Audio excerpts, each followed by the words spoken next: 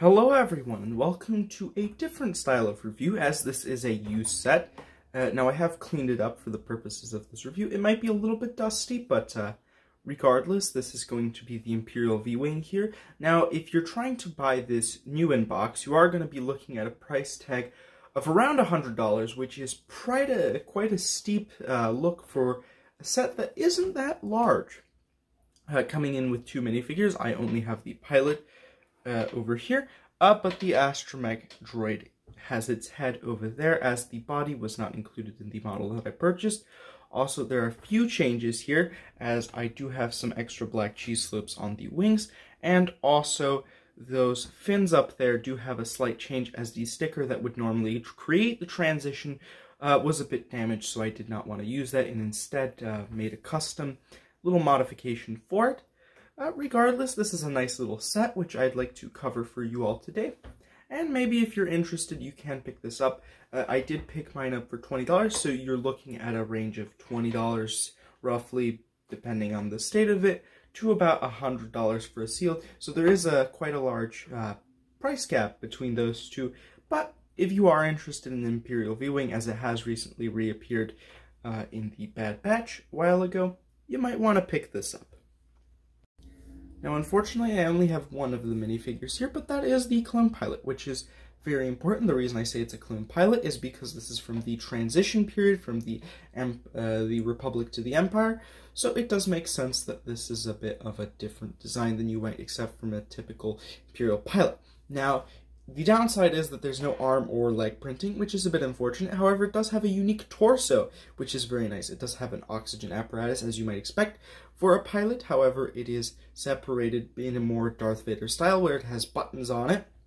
And one of these is a collection of red buttons, while the other one is a collection of silver buttons. Now, if you move up, you can see the oxygen tubes which connect to the helmet.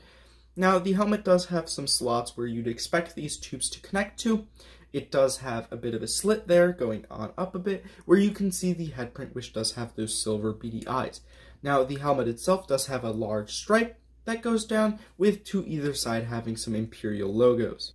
Now, the helmet does, not helmet, but the head does feel a bit more like something that you'd see from a superhero, rather than a Lego Star Wars minifigure, but it does have just those silver beady eyes with some lines to either side. Now, the back print just has another smaller kind of bit of the oxygen apparatus there, which is one set of larger buttons, and then some oxygen tubes which go onto the back, probably where the tanks are for the pilot here. It's a very nice pilot design, and something that most people won't find too often, because it does come in a limited range of sets. This might be the only one, however, I'm not too sure on that. Now, like you'd expect from any pilot, they do have themselves a brown little seat there, which they kind of just lean into, sit down, and you can close it up and have them ready for flight. Now, the only downside is that there is no control panel for them to use, but for that lack of detail, you do make up for it in some other areas. This sticker looks very nice here.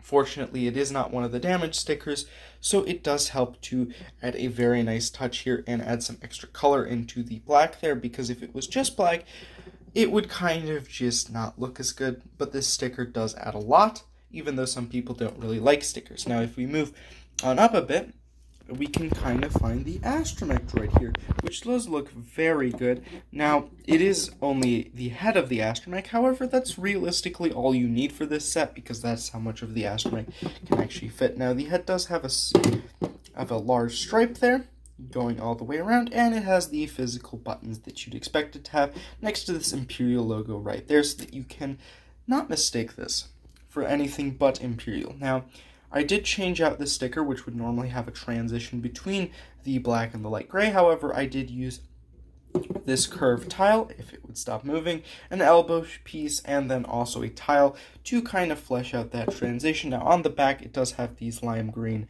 engines there to show some propulsion. And on the wings here, it does have some blasters, some extra wings, and of course, another Imperial logo. Now, you might be wondering, how do you set this thing into flight mode? Well, you simply pick it up, and you start moving the little wings. Now, it is a little bit harder to do with one hand, but you can manage, And once you have them facing, the blasters facing forward, you do have yourself the V-wing in full flight. Now you may need to curve out some of these edge pieces so they're a little bit curved inward. However, it is a nice looking ship in flight mode. Now, it doesn't have too much playability as it doesn't have any flick fire missiles or spring-loaded shooters. However, as just a little bit of a simple ship, that's not too heavy. You can definitely use this as a little bit of a play starfighter. You definitely have good swooshability here because of, as I mentioned, it isn't that heavy.